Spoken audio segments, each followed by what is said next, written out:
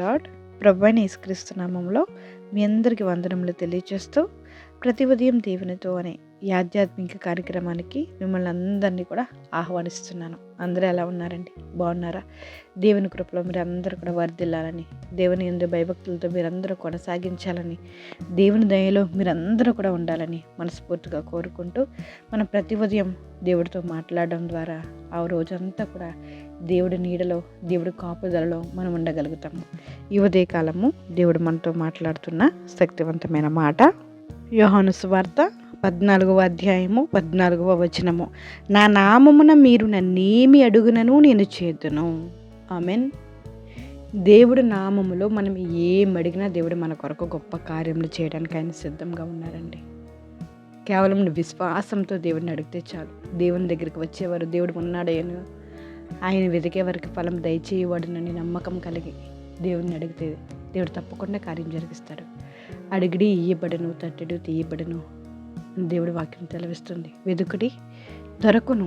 మన దేవుడు ఆయన నామంలో మనం ఏం అడిగిననో ఆయన అనుగ్రహించే దేవుడండి. నా విషయానికి వస్తే దేవుడు ఎన్నో ఎన్నో అద్భుతమైన కార్యాలు జరిగించారు. నేను ఎప్పుడో చిన్నప్పుడు ఆశపడే ఆశ, దేవుడిని అడిగిన ఆశ కూడా నేను ఇప్పుడు మర్చిపోయాను. కానీ దేవుడు అనుకోని రీతిలో అద్భుతంగా నా పట్ల ఈరోజు ఆయన జరిగించారు. ఆయనకి ఏమిచ్చి కూడా నేను రుణం తీర్చుకోలేను. దేవుడిని నేను అడిగాను, దేవుడి నామంలో నేను అడిగాను, కొన్ని రోజులు అడిగాను, ప్రార్థన చేశాను. తర్వాత నేను దాని గురించి మర్చిపోయాను. అనుకోకుండా ఎప్పుడో 10 సంవత్సరముల క్రితము నేను అడిగిన దానిని నేను మర్చిపోయినా కానీ నా దేవుడు మర్చిపోయే దేవుడు కాదు. నా నామమున నీవు నన్ను ఏం అడిగినను నేను నీకు దయచేస్తానని సెలవిస్తున్న దేవుడు మరియు ఊహించిన రీతిగా ఆ అద్భుతమైన కార్యాన్ని దేవుడు నా పట్ల జరిగించినప్పుడు నేను ఎంతో ఆశ్చర్యపోయాను. తండ్రి, ఎప్పుడో 10 సంవత్సరాల క్రితం నేను అడిగిన నా కోరికను ఇన్నాళ్ళకి నేను మర్చిపోయినా కానీ మీరు జ్ఞాపకము చేసుకుని నా జీవితంలో ఈ కోరికను తీర్చారా అని. మీకు కూడా అంతే. మీరు దేవుడిని అడగండి. అడుగుతున్న నీవు నమ్మకంగా విశ్వాసంగా అడుగు. దేవుడు తప్పకుండా నీ పట్ల అద్భుతమైన కార్యాన్ని జరిగిస్తారు. అడిగిన నీవు మర్చిపోయినా కానీ దేవుడు నీ పక్షముగా యుద్ధము చేయడానికి, నీ పక్షముగా కార్యం జరిగించడానికి ఆయన సిద్ధపాటు కలిగి ఉన్నారు. అట్టి రీతిగానే నీవు అడిగిన ప్రతి దానిని దేవుడు నీకు దయచేయడానికి ఆయన ఇష్టపడుతున్నారు. ఒకవేళ ఆలస్యం అవుతుందేమో, ఆలస్యం అవుతున్నా నువ్వు బాధపడవద్దు. నిరీక్షణ కలుగు, ఎదురు చూడు. దేవుడు తప్పకుండా నీ పట్ల అద్భుతమైన కార్యం జరిగిస్తారు. నువ్వు అడుగుతున్నప్పుడు దేవుడు నీకు దయచేస్తున్నారని, ఆయన నామంలో నువ్వు ఏం అడిగినా దేవుడు నీకు ఆ కార్యాన్ని జరిగిస్తారని నమ్ము. తప్పకుండా ఆయన ఇచ్చే అద్భుతమైన కృపను నువ్వు పొందుకుంటావు. ఆమెన్. ప్రార్థన చేసుకుందాం. దేవా, మీకు వందనాలు స్తోత్రములు చెల్లించుకుంటున్నాం. మీ దయని బట్టి, మీ కృపను బట్టి నైనా మీరు నడిపిస్తున్న విధానం బట్టి మీకు స్తోత్రాలు చెల్లించుకుంటున్నాం తండ్రి. మేమేమై ఉన్నామనైనా కేవలం మీ కృప మాత్రమే తండ్రి. ఈ ఉదయకాలంలో నిత్యంగానైనా మీరు మాతో మాట్లాడినందుకు మీకు స్తోత్రాలయ్యా. నా నామమున మీరు ఏమడిగినా నేను మీకు దయచేస్తానని మీరు మాట్లాడిన మాటలను బట్టి మీకు స్తోత్రాలు. ఈ మాటలు వింటున్న ప్రతి వారి జీవితంలో జరుగునట్లు మీరు సహాయం చేయండి అయ్యా.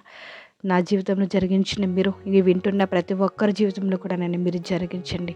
బిడ్డలు దేని నిమిత్తం అయితే మీకు మొరపెడుతున్నారో, మీకు ప్రార్థన చేస్తున్నారో, మీ దగ్గరనైనా అంగలార్చుచున్నారో ఒక్కసారి వారిని జ్ఞాపకం చేసుకుని ప్రతి ఒక్కరికి కావలసిన కృపను మీరు అనుగ్రహించండి.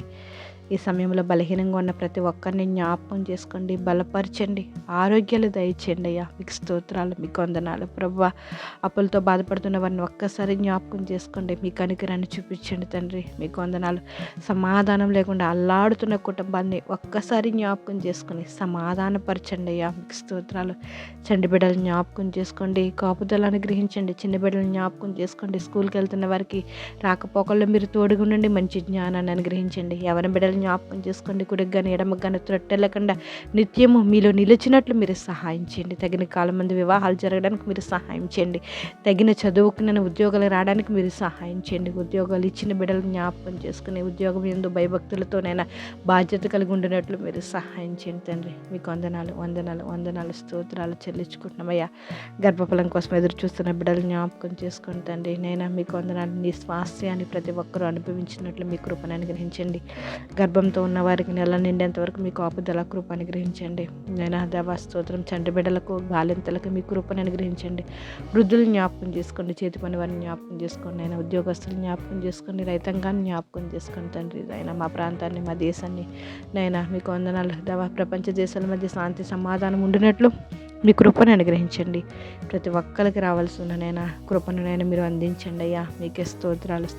మరి ముఖ్యంగా ప్రతి ఒక్కరు మీ యందు భయభక్తులతో జీవించినట్లు మీరు సహాయం చేయండి. మిమ్మల్ని పోలి జీవించినట్లు మీరు సహాయం చేయండి. మమ్మల్ని మేము పవిత్రపరచుకున్నట్టు మీ వాక్యం మందు నన్ను స్థిరంగా మేము నిలిచినట్లు మీరు మాకు సహాయం చేయండి. నైనా ఇంకా సులువుగా చిక్కులు పెట్టు పాపంలో మేము పడిపోకుండా నైనా మా నోటి మాటలు, హృదయ జ్ఞానము మీకు అంగీకారంగా ఉండినట్లు మీ కృప అనుగ్రహిస్తారని, సమస్త ఘనత మహిమ ప్రభావాలు మీరు పొందుకుంటారని ప్రభు యేసు నామములో అడిగి వేడుకుంటున్నాం మా పరమ తండ్రి.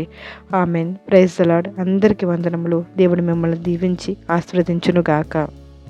2025 ఫిబ్రవరి 18, 19, 20 మంగళ, బుధ, గురువారంలో ప్రతి ఉదయం 10 గంటలకు మరియు సాయంత్రం 6 గంటలకు పల్లంకూరులో జరగబోయే సువార్త మహోత్సవంలో, కలవరి క్రైస్త దైవ ప్రత్యక్షత సువార్త మహోత్సవముల గురించి మీరందరూ ప్రేయర్ చేయండి.